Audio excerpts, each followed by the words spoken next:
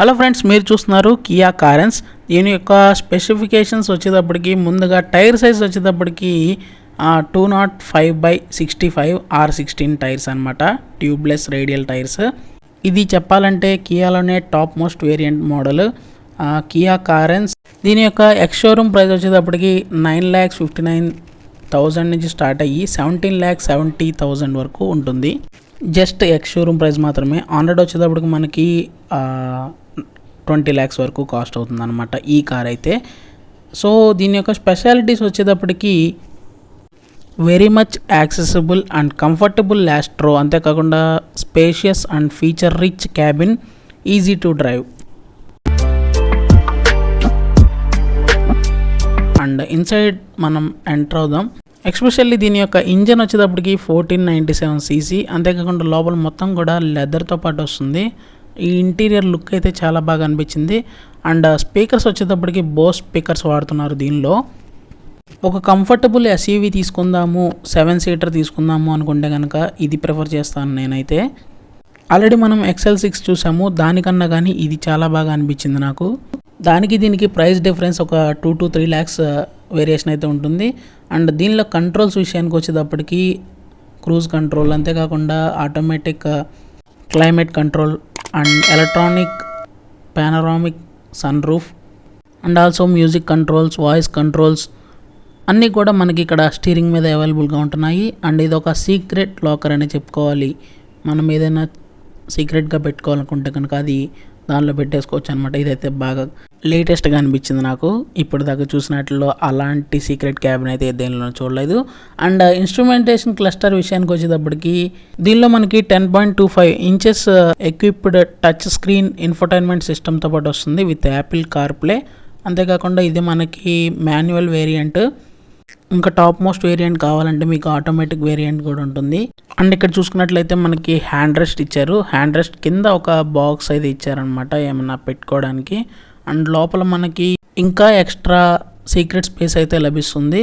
And అంతేకాకుండా ఇక్కడ మనకి కప్ హోల్డర్స్ 2 వస్తున్నాయి విత్ హ్యాండ్ బ్రేక్తో పాటు పక్కన. అంతేకాకుండా ఈజీగా ఈ ఇన్ఫోటైన్మెంట్ సిస్టమ్ని మనం ఇక్కడి నుంచే కంట్రోల్ చేసుకోవచ్చు. వైల్ డ్రైవింగ్ మనం డాష్బోర్డ్ మీద హ్యాండ్ పెట్టకుండానే అక్కడి నుంచే డైరెక్ట్గా కంట్రోల్ చేసుకోవచ్చు. అండ్ ఇది వచ్చేటప్పటికి మనకి వైర్లెస్ ఛార్జింగ్ సపోర్ట్తో పాటు వస్తుంది.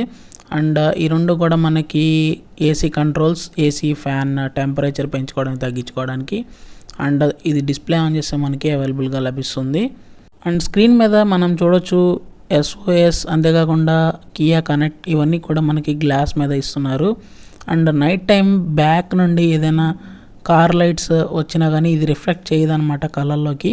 అండ్ ఇది వచ్చేటప్పటికి పానరామిక్ సన్ రూఫ్ పార్ట్ వస్తుంది కాబట్టి సో వాటి యొక్క బటన్స్ అయితే ఇచ్చారు. దానికన్నా ముందు మనం గ్లో బాక్స్ అయితే చూద్దాము. సో గ్లో బాక్స్ మనకి కూలింగ్ గ్లో బాక్స్తో పాటు వస్తుంది. మనం ఏమైనా మెడిసిన్స్ కానివ్వండి ఏమైనా పెట్టుకోవచ్చు అనమాట.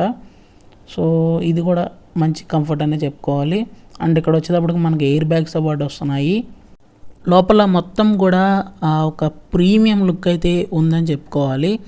నెక్స్ట్ ఆ స్టీరింగ్ వీల్ పట్టుకున్నప్పుడు వచ్చిన ఆ యొక్క ప్రెజర్ అనేది ఎంత దూరమైనా సరే అలాగే వెళ్ళిపోవాలనిపిస్తుంది.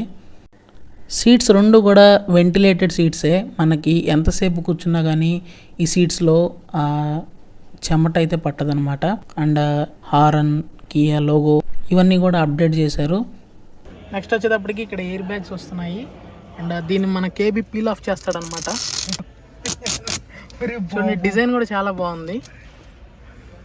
ఒకసారి రేర్ వ్యూ చూడండి. And back 6th and 7th seat especially మనకి కంఫర్ట్ అయితే బాగుంటుందని చెప్తున్నారు.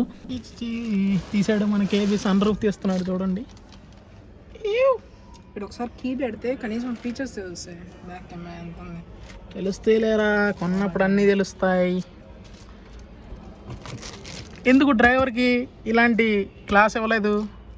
I object your honour. ఎందుకంటే 20 లక్షలు పెట్టుకున్న కార్కి ఇది ఎందుకు ఇవ్వడం? ఈ లగ్జరీస్ కార్లో మనకి ఒకటి USB, ఒకటి Type-C, ఇంకోటి 12 watts సప్లై ఇస్తున్నారు. అంతేకాకుండా ఇది వచ్చేటప్పటికి diesel top most variant. Gear box చూస్తే మీకు అర్థమవుతుంది. సో 6th and 7th సీట్ని మనం యూటిలైజ్ చేసుకోవాలనుకుంటే కనుక ఈ 4th సీట్ని మనం ఇలా బెండ్ చేసి వెనక్కి వెళ్ళడానికి ఛాన్స్ ఉంటుంది. XL6లో మనం చూసినట్లయితే మధ్యలో ఉంటుంది, కానీ ఇది మాత్రం ఓల్డ్ వేరియంట్ లాగా ఒక సీట్ని బెండ్ చేసుకుని వెళ్ళే చాయిస్ ఉంటుంది. అండ్ ఆల్సో మనం ఇక్కడ చూసుకున్నట్లయితే వెనకాల ఉన్న వాళ్ళు కూడా ఏసీ వెంటిలేషన్ పెంచుకోవడానికి ఛాన్స్ ఉంటుంది.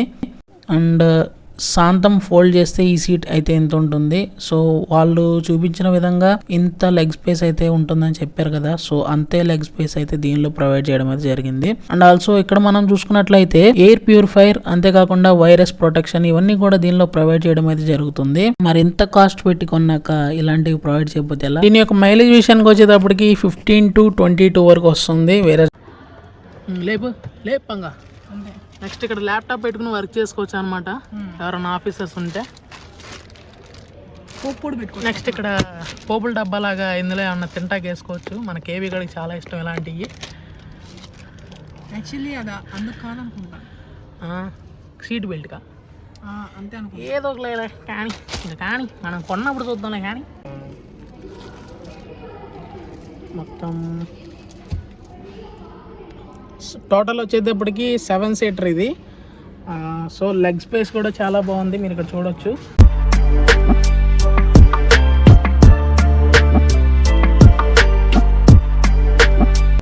అండ్ ఆల్సో దీనికి మనకి 3 years వారంటీ అయితే ప్రొవైడ్ చేస్తున్నారు, అన్లిమిటెడ్ కిలోమీటర్స్.